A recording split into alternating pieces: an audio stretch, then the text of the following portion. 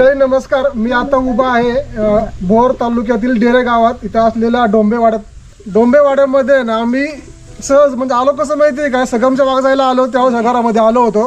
त्यावेळेस तुम्ही या मावशींचा राग पाहिला असेल. तुम्ही नसेल पाहिला तर व्हिडिओ नक्की पहा. हे कॅमेरा आहे मावशी. अगं तुम्हाला काय अडचणी सांगायला आम्ही, तुम्हाला काय मदत पाहिजे ती करायला आलो. सरकारने नाही पाठवलं, आम्ही वैयक्तिक मदत करतो लोकांना आमच्या पद्धतीने. काय इकडे आम्हाला असल्या खंदकात कोण राहिले का आजकाल 8-8 15 त्या म्हणा लाईट नसती, वारं वावदान लय असतो त्यामुळं. आणि त्यावेळेस ह्या मावशीची एक अडचण होती की 2-2 महिने इकडे लाईट नसती. पावसामुळे खूप नुकसान होतं. एवढा पाऊस असतो की नाही ना 4-4 महिने घराबाहेर पडता येत नाही, लाईट पण जाते. मग त्यांची मेन अडचण होती की लाईट पाहिजे. तर त्यांना आम्ही आज लाईट घेऊन आलेलो आहे, लाईट लावलेली आहे. त्यावेळेस ती मावशीने आत्ताची मावशी तुम्ही फरक पहा. मावशी कसं वाटतं आता? चांगलं वाटतं, चांगली लाईट लावली, समजा चांगला मस्त उजेड पडतोय. तुमच्या आवाजाला काय झालं? आवाज गेला तर काय, मागे तुमचा आवाज नाही मोठा होता स्पीकर. म्हणून आवाज येत नाही बाहेर, तर काय करू. त्यावेळेस मावशींना असं वाटलं की यांच्या आम्ही किडनी काढून न्यायला आलेलो आहे. आमच्याशी बोलत पण नव्हत्या, एवढ्या रागारागाने बोलल्या. तुम्ही आमचा व्हिडिओ नेऊन करताय काय? ते काय करतोय ना ते बघा तुम्ही. यांना आज आम्ही सोलरची लाईट आणून दिली, तेच आम्हाला करायचं होतं आणि तेच आम्ही यांना सांगत होतो. आता कसं वाटतंय? नाही, चांगलं वाटतंय. आभार आहे म्हणा.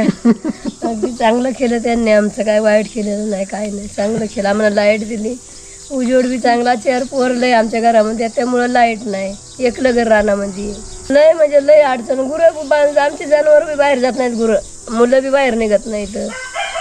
काय ना म्हणा समजा काही मिळत बी नाही. बाजार कांता काय डाळी डुळी काही मिळत नाही. तर आम्ही आता पजापरे पाऊस उडाय त्यामुळे आंधी भरून ठेवतो सगळं. ही लाईट पोहोचवण्यामागे मुख्य हात आहे सत्यम भाऊ भोसले यांचे. त्यांच्या रूपाने या घरामध्ये प्रकाश पडला, सोलरची लाईट आली. त्यांचे आभारी आहे आम्ही. आता आमचं चांगलं केलं त्यांनी, काही वाईट नाही. आता तुम्ही शांत आहे ना? शांत आहे, मला बोलायला तर काय करू.